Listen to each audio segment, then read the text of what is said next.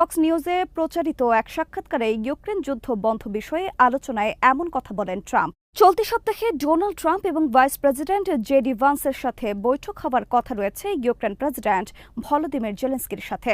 সম্প্রতি Ukraine president Zelensky যুক্তরাষ্ট্রের সহায়তা অব্যাহত রাখার বিনিময়ে দেশটির রেয়ার আর্থসহ মূল্যবান খনিজ সম্পদে বিনিয়োগের প্রস্তাব দেন ডোনাল্ড ট্রাম্পকে।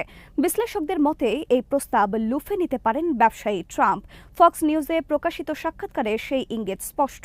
তিনি ইউক্রেনের জন্য ব্যয় করা অর্থ উসুলের কথা বলেছেন।